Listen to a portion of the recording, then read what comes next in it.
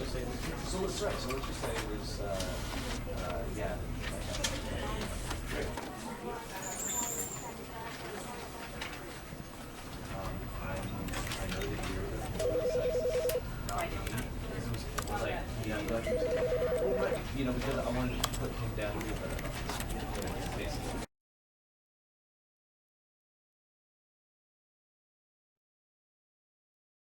This is the story of a man named Stanley.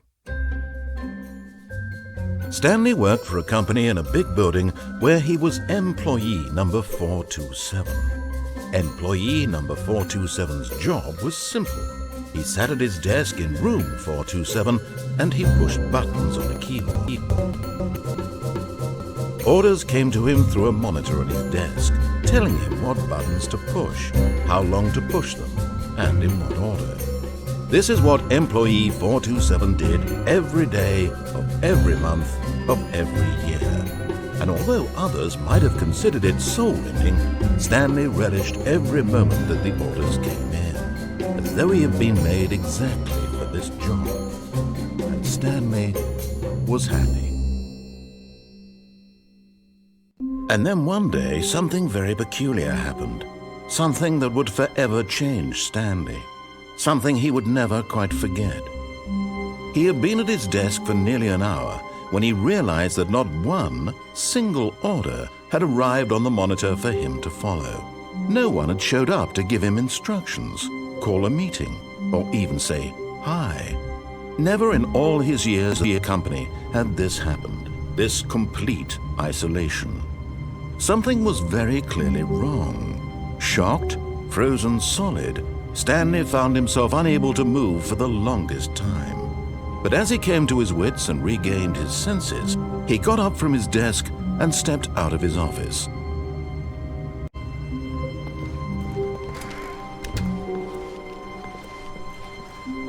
When Stanley came to a set of 2 open doors, he entered the door on his left. This was not the correct way to the meeting room, and Stanley knew it perfectly well. Perhaps he wanted to stop by the employee lounge first, just to admire it.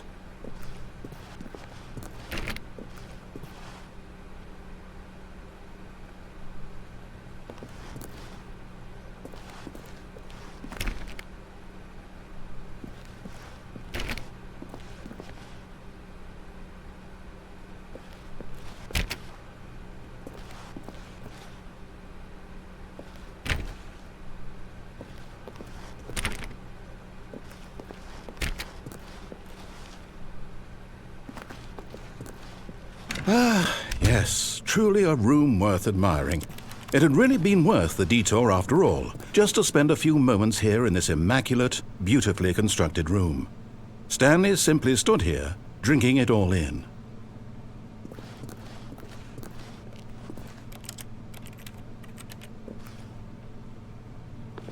Yes, really worth it being here in the room. A room so utterly captivating that even though all your co-workers have mysteriously vanished, here you sit looking at these chairs and some paintings. Really worth it.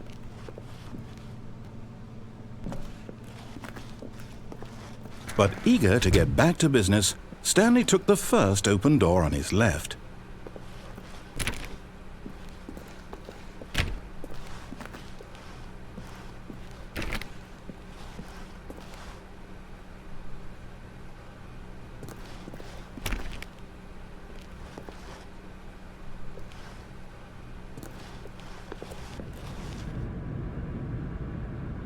Stanley was so bad at following directions, it's incredible he wasn't fired years ago.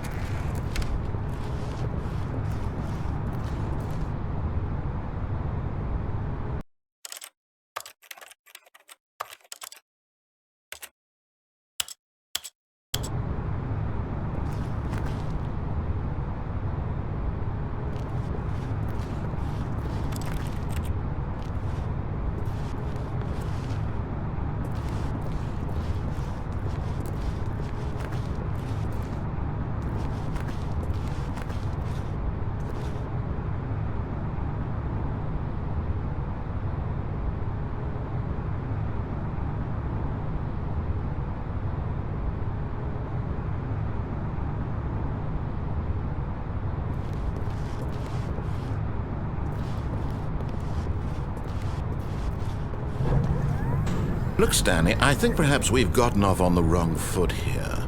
I'm not your enemy, really, I'm not. I realize that investing your trust in someone else can be difficult, but the fact is that the story has been about nothing but you all this time. There's someone you've been neglecting, Stanley. Someone you've forgotten about. Please, stop trying to make every decision by yourself. Now, I'm not asking for me, I'm asking for her. This is it, Stanley. Your chance to redeem yourself, to put your work aside, to let her back into your life. She's been waiting.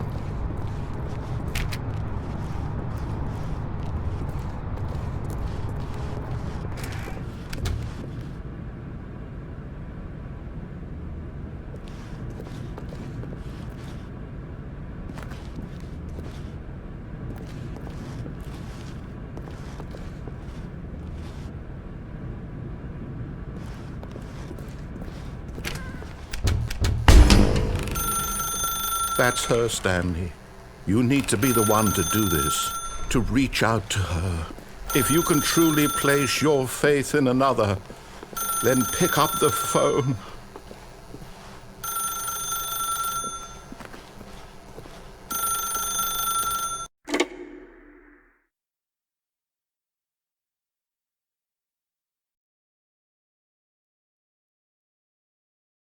Oh, Stanley, is that you? Hold on, sweetie. Sorry to keep you waiting. I'm just pulling the bread out of the oven. All right. Okay, there we go. All right, now, I want you to come in and tell me all about your day. Gotcha. Oh, come on. Did you actually think you had a loving wife who'd want to commit their life to you? I'm trying to make a point here, Stanley. I'm trying to get you to see something. Come inside. Let me show you what's really going on here. Sorry, but you're in my story now.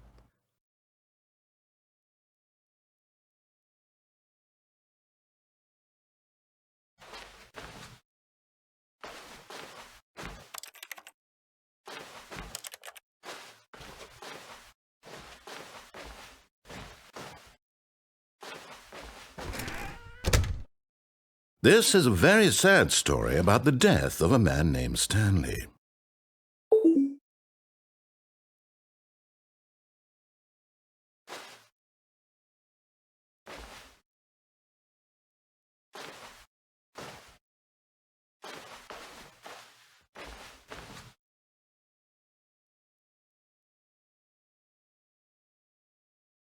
Stanley is quite a boring fellow. He has a job that demands nothing of him, and every button that he pushes is a reminder of the inconsequential nature of his existence.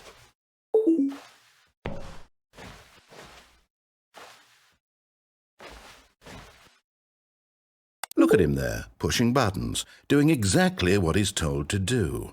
Now he's pushing a button. Now he's eating lunch. Now he's going home. Now he's coming back to work. One might even feel sorry for him, except that he's chosen this life. But in his mind, he can go on fantastic adventures. From behind his desk, Stanley dreamed of wild expeditions into the unknown, fantastic discoveries of new lands. It was wonderful, and each day that he returned to work was a reminder that none of it would ever happen to him. And so he began to fantasize about his own job. First, he imagined that one day while at work, he stepped up from his desk to realize that all of his co-workers, his boss, everyone in the building had suddenly vanished off the face of the earth. The thought excited him terribly. So he went further. He imagined that he came to two open doors and that he could go through either. At last, choice.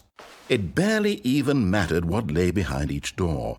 The mere thought that his decisions would mean something was almost too wonderful to behold.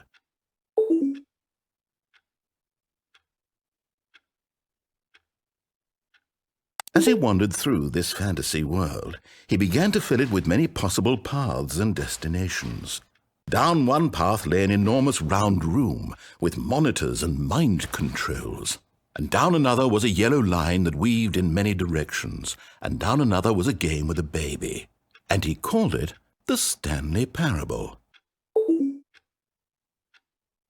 It was such a wonderful fantasy, and so in his head he relived it again, and then again, and again, over and over, wishing beyond hope that it would never end, that he might always feel this free. Surely there's an answer down some new path, mustn't there be? Perhaps if he played just one more time. But there is no answer. How could there possibly be?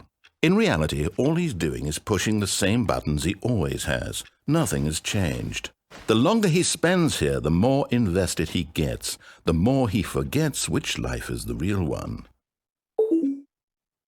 And I'm trying to tell him this, that in this world he can never be anything but an observer, that as long as he remains here, he's slowly killing himself. But he won't listen to me. He won't stop. Here, watch this. Stanley, the next time the screen asks you to push a button, do not do it.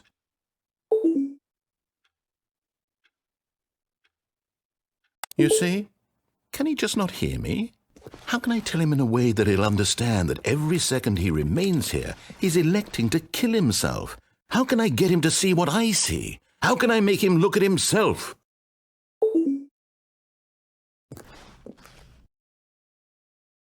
I suppose I can't, not in the way I want him to. But I don't make the rules. I simply play to my intended purpose, the same as Stanley. We're not so different, I suppose. I'll try once more to convey all this to him. I'm compelled to. I must. Perhaps, well, maybe this time he'll see. Maybe this time. And I tried again, and Stanley pushed a button. And I tried again, and Stanley pushed a button. And I